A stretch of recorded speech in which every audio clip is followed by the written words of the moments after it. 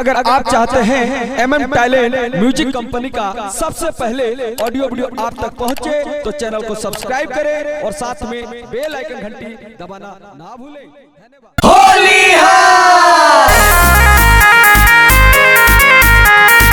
आप सुन रहे हैं देवेंद्र भारद्वाज उर्फ ब्रह्मचारी बाबा को। Music by MM talent, mix by Mahendra मस्ताना।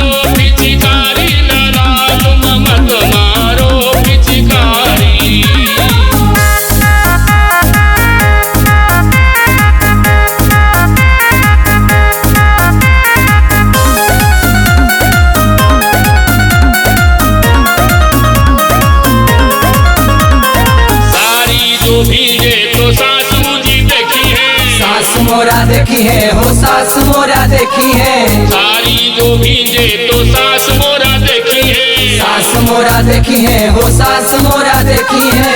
कौना चयन से यारी, कौना चयन से यारी, कौना चयन से यारी, लाला मोहे मत मारो पिचकारी, मत मारो पिचकारी, लाला मोहे मत मारो पिचकारी, मत मारो पिचकारी, लाला मोहे मत मारो पिचकारी।